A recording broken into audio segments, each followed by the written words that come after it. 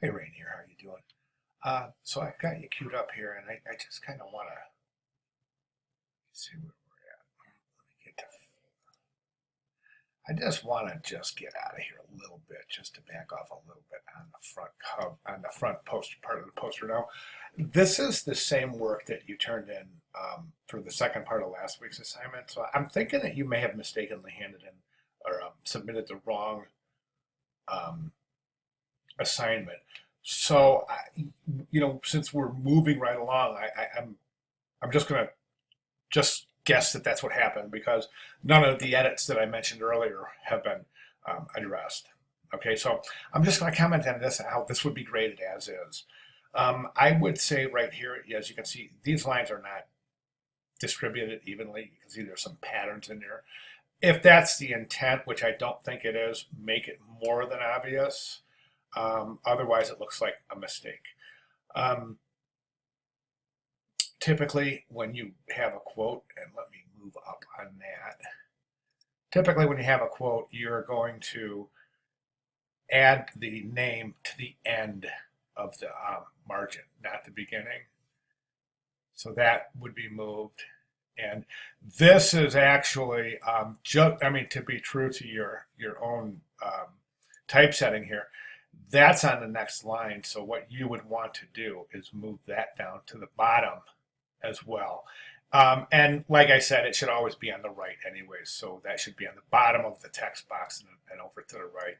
Over here, I know this is all caps, but this right here is a proper name. So this E, if you look at the proper spelling of this proper name, it's D.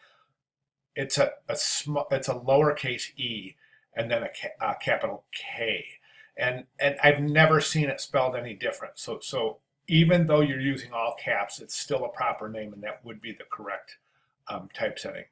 I talked about this before. Okay, in the back here, and what I would say about the back of the poster is this is okay. If you were sitting in front of me, I would say this. I would say, okay, here's a student. We're talking about the student. I would say, okay, well, this seems to be a really, really busy piece. So can you explain why and why there's so many visual focal points as opposed to less?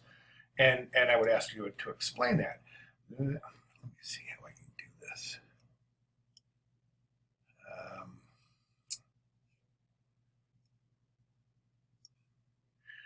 Anyways, let's see. There we go.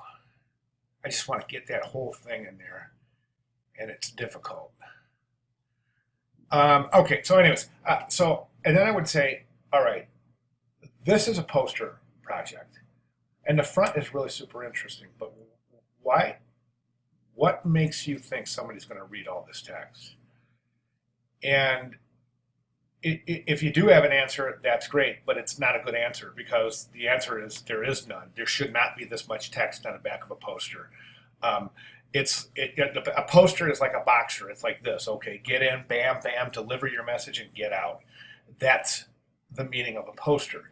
This would be wonderful if it was a setup for an informational graphic, maybe for a magazine spread or something, magazine page, but as a poster, there's just entirely too much. I don't think it's expected that a viewer is going to read this much text in a poster. Remember, posters are like boxers and deliver out. Okay. Other than that, I will.